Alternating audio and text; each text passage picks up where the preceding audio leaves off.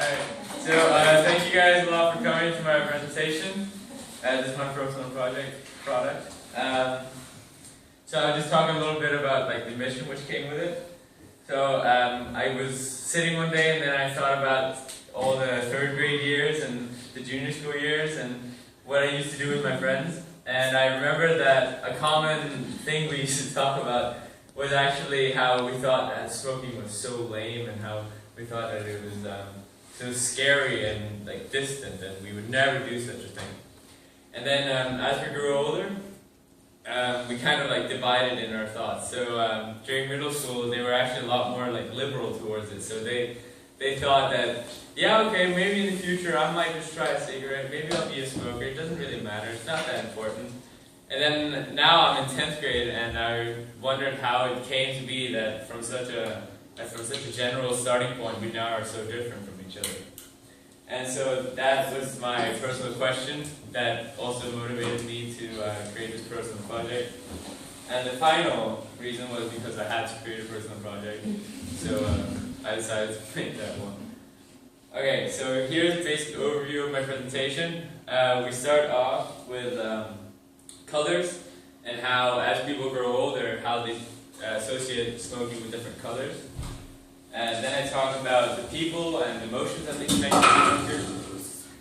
I then talk about the likelihood of people smoking in the future at different ages. Then I look at the most controversial statement to me in my presentation. And I show how what I think the main problem is with teen smoking and what kind of causes it. And we'll end up with some factual statistics, which didn't bring me much in my surveys. And then I'll open the floor to you if you have any questions.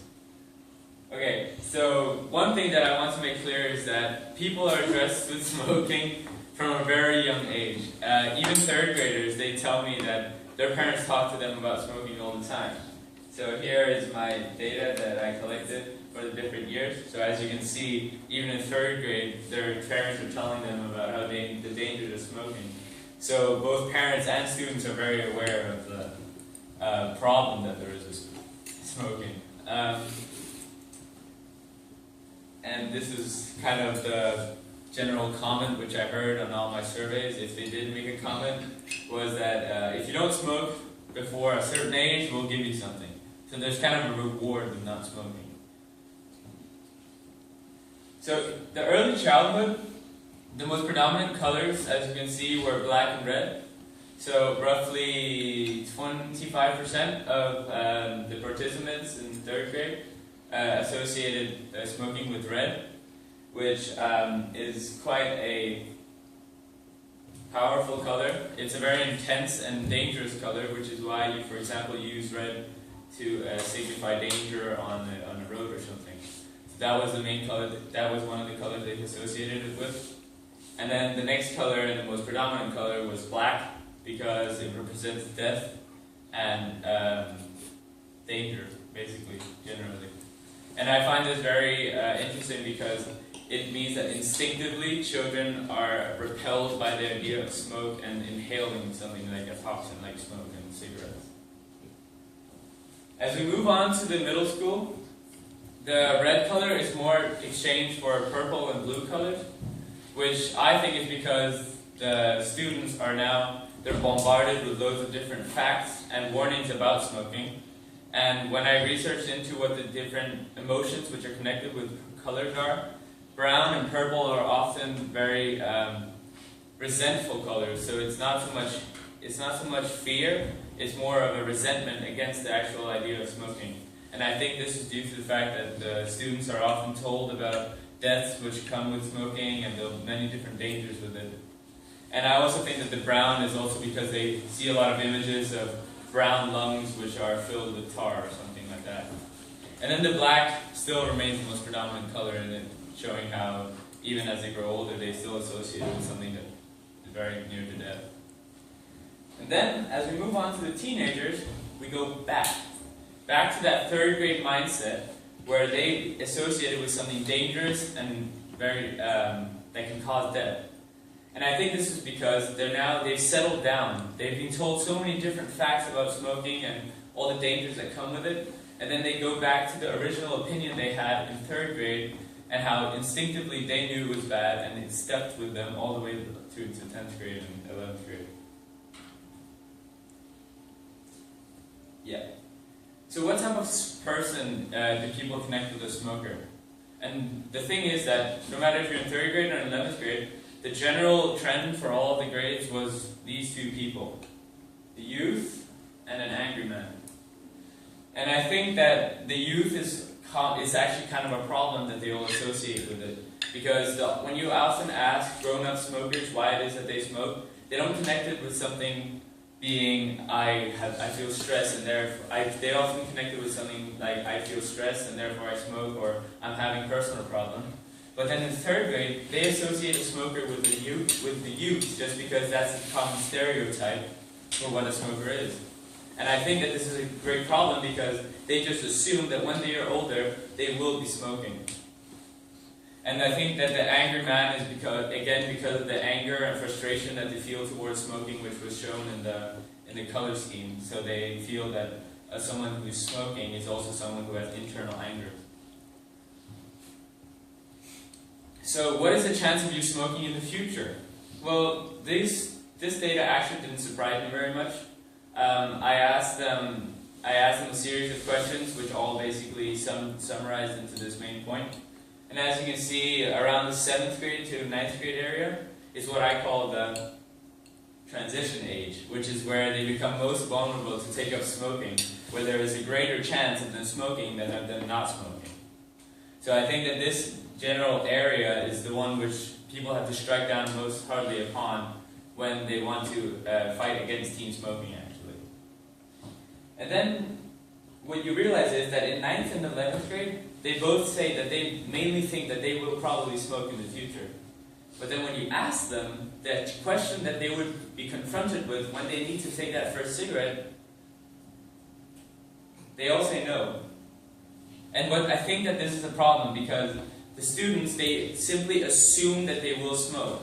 They just think that it's unavoidable, but they don't realize that when they are asked that question, which leads them down the path of smoking, if they all stuck to what they instinctively want to say, then there would not be that problem that they had in the previous slide, where they all assume that they will smoke in the future.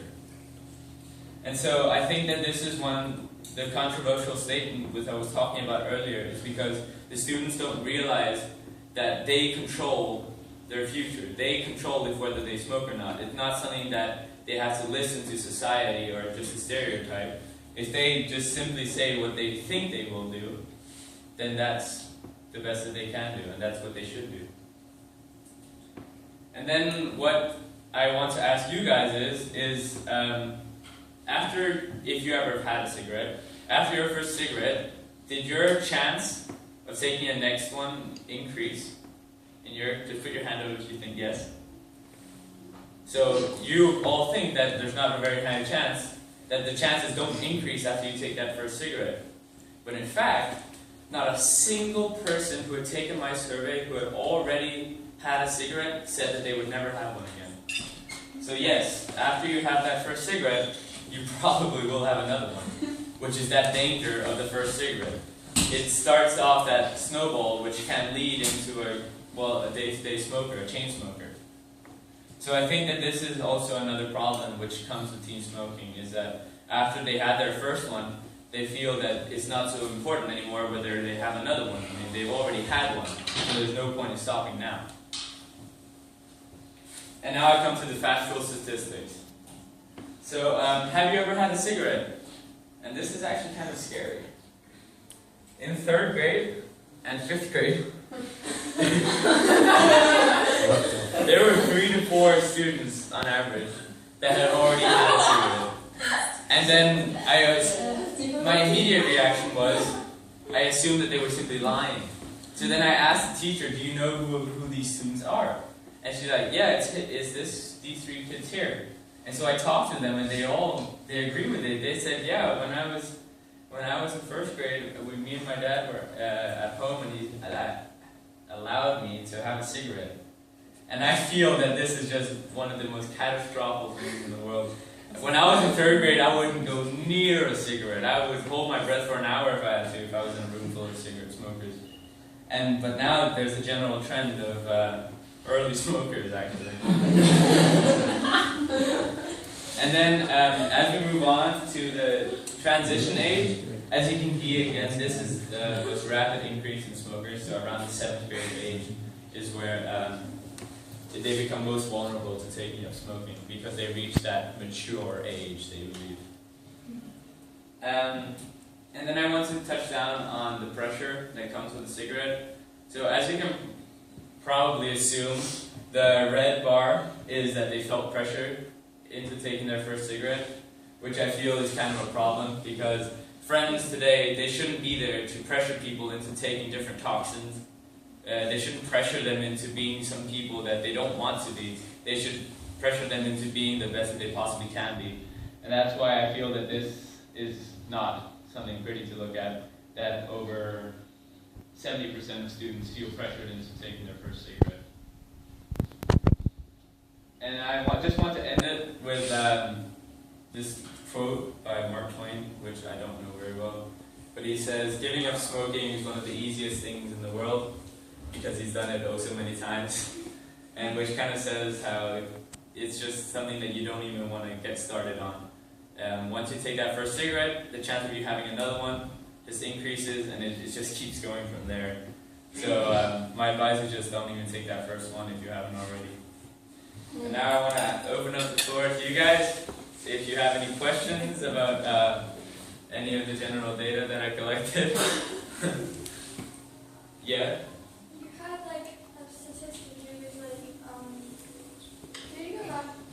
Like, also essay stuff. Wait.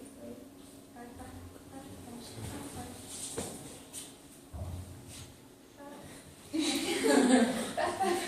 Where? I think it was like 3 or 4 or 5. Like the first Oh, yeah. one. Oh, no, the ratios. No, one more? The 1 to 3. There is no one. Yeah, there is. Oh, yeah, you already. The 1 to 3. The rate, What are the chances of them having a cigarette? yeah. How was that? No, keep going. Was that in kids? Was that Yeah, that was what the that- percentages? Was that kids? Was that What is Yeah, like the 0 to 1, and then the Oh, yeah, sorry. This is when I asked them on a scale of 1 to 5, what do you think you will be smoking in the, what is the chance of you smoking in the future? Yeah, sorry, that's not very clear. And in 3rd grade, the most predominant answer was 0 to 1, like I either won't or there's a very low chance of it. And then as you move on, like here is where you cross the more likely. It's more likely than it's unlikely. Sorry, that was not clear. Are there any other questions? How many colors did you have them to choose? I had 8 different colors. Which were they? Green, purple, yellow, brown, light blue, dark purple, black, and red.